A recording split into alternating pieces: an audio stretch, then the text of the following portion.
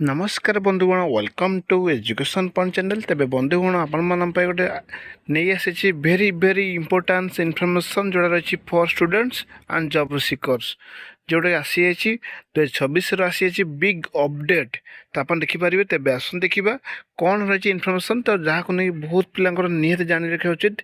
तो यही अपडेटा भेरी very important big update मत कहीपर 2026 देखो ये अपडेट कौन देखो मोस्ट नेसेसरी स्टेप्स ना पड़ो जोटा रही बिग अपडेट फॉर 30 डिस्ट्रिक्ट बा 30 जिला। तो देखो बिग अपडेट फॉर 30 डिस्ट्रिक्ट्स। तो देखो ये मोस्ट नेसेसरी स्टेप। तो आपण मैंने निहत जानी उचित कौन रही है तेज आसन देखा कौन यार बिग अपडेट बा भेरी इंपोर्टाट इनफर्मेशन कौन रही आप कही रखी। जदि यही चैनल प्रथम थर अच्छा लाइक करेंगे सपोर्ट करेंगे जहाँद्वारा मत बहुत सारा मोटिवेट मिल एनकरेज मिल मुझे न्यू न्यू अपडेट इनफर्मेशन सबुदिन आनीपारि। तो देखूँ कौन कौन देखो रही देखो दशम परीक्षा जदि देखूँ देखूँ जहाँ अत्यंत जरूरी रही जदि सरकारी चाकरी आवेदन कर देखूँ कहीं बहुत बड़ इनफर्मेशन रही। तेज आसन देखा कौन इनफर्मेशन रही आपको सब डिटेल्स देखी आपण मैंने बड़ मत देखुं लाइक करूँ सपोर्ट करूँ। देखो रही एसएस एंड एसएलटी एग्जाम। तो ये एग्जाम कौन रही जानतु जहाँ जहाँ को समस्त जान रखा उचित एग्जामटा निहाती जानी रखा उचित एग्जाम टी न देते दबा पड़ो। तेज आसन देखा क्यों मैंने यहाँ इलिजिबल हे आपण कही रखी।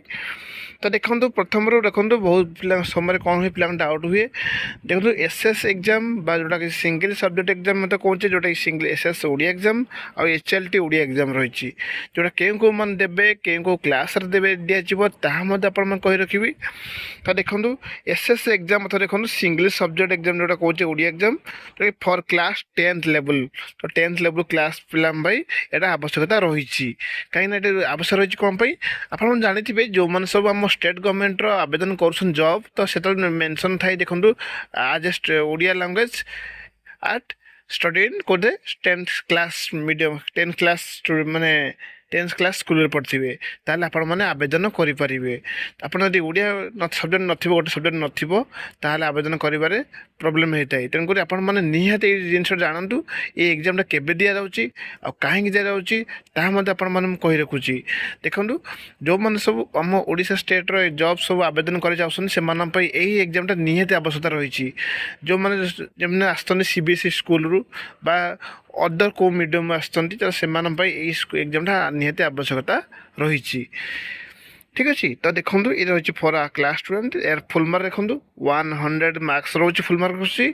तो से अनुसार आपने समस्ते आवेदन करेंगे जो मानकर ओडिया मीडियम छाड़ी अदर मीडियम आसती इंग्लीश मीडियम हो अदर लैंग्वेज जो मीडियम हो तो से मैंने सब यही एग्जामटा निहत देवाक पड़ो जो जो एग्जामटा सब वर्ष आसी थाए मैक्स।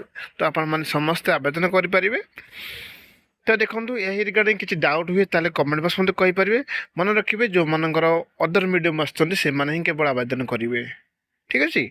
जो मैंने ओडिया मीडियम अच्छा तो से आवेदन करेंगे ना जेहेतु से ओडिया मीडियम अलरेडी ओडिया बही पढ़ी 10th क्लास रे। तो से मैंने जो मैंने पढ़ी नथिबे अदर मीडियम आसते से यहाँ आवश्यकता रही। से देखो एसएलटी ओडिया देखो जोटा कि रही हिंदी लैंग्वेज टीचर तो से रही जोटा कि क्लास 8 एग्जाम हुए आज ओडिया लैंग्वेज थी जो बेसिक ओडिया लैंग्वेज तो सेटा कौन पर दिज्व ना बेसिक ओडिया लैंग्वेज पढ़ी बोली तो से गोटे एग्जाम कराए जोटा कि क्लास 8 रे एचएलटी ओडिया एग्जाम कहुए आ बेसिक ओडिया लैंग्वेज सर्टिफिकेट मिल से टाइप किसी माने रही जो एग्जामटा पास कले आपण मैंने इलिजिबल हो पारे। ठीक अच्छे। तो देखो एचएलटी एग्जाम कौन आउ रहा एसएस ओडिया एग्जाम कौन तो both are different different class अनुसार हुए। तो से अनुसार आपने बुझी रखु जदि या पर किसी डाउट हुए ताले कमेंट बॉक्स मत कहींपारे। किंतु एबे आसी एग्जाम डेट आसी जाइए अलरेडी। तो आपने जब जानी ना निहती आप जल्दी जल्दी आवेदन कर जार फुल डिटेल्सटा मो वीडियो एंडिंग देखी नेबी। ठीक अच्छे। तेज आस देखा यार फुल डिटेल्स देखा कौन रही एग्जाम डेट केमती रही कौन कौन डॉक्यूमेंट्स दरकार आवेदन करने के लास्ट डेट रोचे सब डिटेल्स आपण मैंने कही रखी।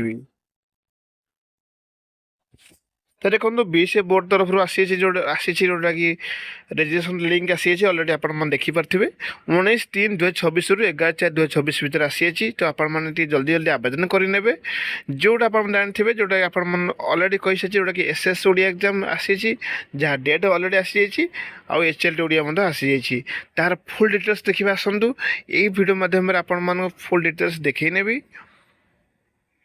देखो मेंशन अच्छे देखो application for HLT and SS Odia exam जोटा देखो आपने केमी रेजिस्ट्रेशन करेंगे ताकि आपको कही रखुच्छी देखो आपने ऑफिशियल साइट जाए गलापर आपने बीएससी ओडिशा ऑफिशियल साइट जी तापर आप न्यू रेजिस्ट्रेशन करना तार न्यू रेजिस्ट्रेशन कौन कौन आवश्यक पड़े देखो बेसिक डिटेल्स देवे नेम पासवर्ड ये सब देवे आप देखिपारे तापर ओटीपी आस आप न्यू पासवर्ड रेजिस्टर करी नंबर रेजिस्टर करी आप लॉगिन करेंगे तापर फोन डिटेल्स देवे ये अनुसार देखो जदि या पर किसी डाउट हुए ताले कमेंट बॉक्स में कहींपारे यहाँ choose the examination you want to appear को एग्जाम पास कर दबा चाहते अपियर करने चाहते से एग्जाम आप चूज करेंगे एचएलटी ओडिया और एसएस ओडिया ठीक अच्छे एसएस ओडिया देखो जो मैंने 10th पास जो मेंशन देखो 10th पास एग्जामिनेशन कौचे upload scan copy of original class 10th certificate आप अपलोड करा पड़ो से भाई देखो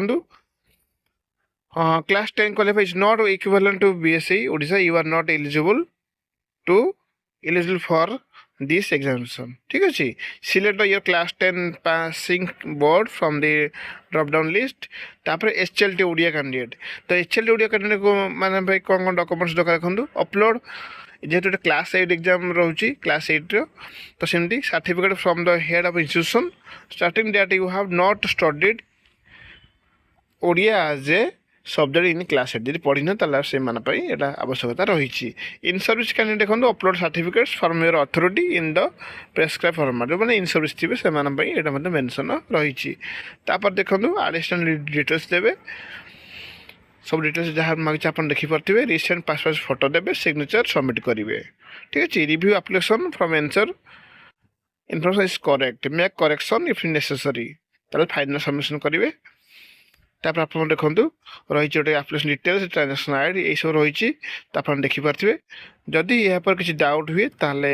कमेंट बॉक्स में कहींपारे मन रखिए अलरेडी आवेदन आरंभ हो डिस्क्रिप्शन लिंक देदेवी से लिंक क्लिक कले आपने यार सब डिटेल्स पाइबे जोटा आपने देखुं यार संपूर्ण डिटेल्स पाई पारे आई एग्जामटा को आपने निहत देवा पड़ो तेणुक आपको बहुल भाव सेयार करूँ और लाइक करूँ सपोर्ट करूँ जहाँ द्वारा मत बहुत सारा मोटिवेट मिलूँ thank you for this watching.